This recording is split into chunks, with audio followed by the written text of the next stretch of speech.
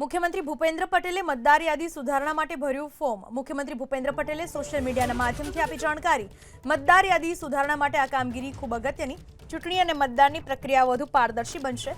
Form ભરવું સરળ છે। ફોર્મ ભરવા નાગરિકોને મુખ્યમંત્રીનો અનુરોધ। લોકતંત્રને મજબૂત બનાવવા યોગદાન આપીએ તેવી વાત કરી મુખ્યમંત્રીએ।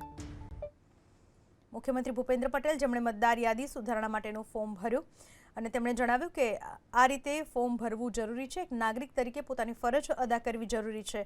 મુખ્યમંત્રી ભૂપેન્દ્ર પટેલે પણ મતદાર યાદી સુધારણા માટેનું ફોર્મ ભર્યું। સોશિયલ મીડિયાના માધ્યમથી તેમણે આ જાણકારી આપી।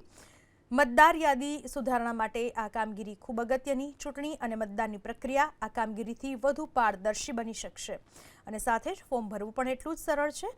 દરેક નાગરિકોને ફોર્મ ભરવા માટે મુખ્યમંત્રીએ અનુરોધ કર્યો।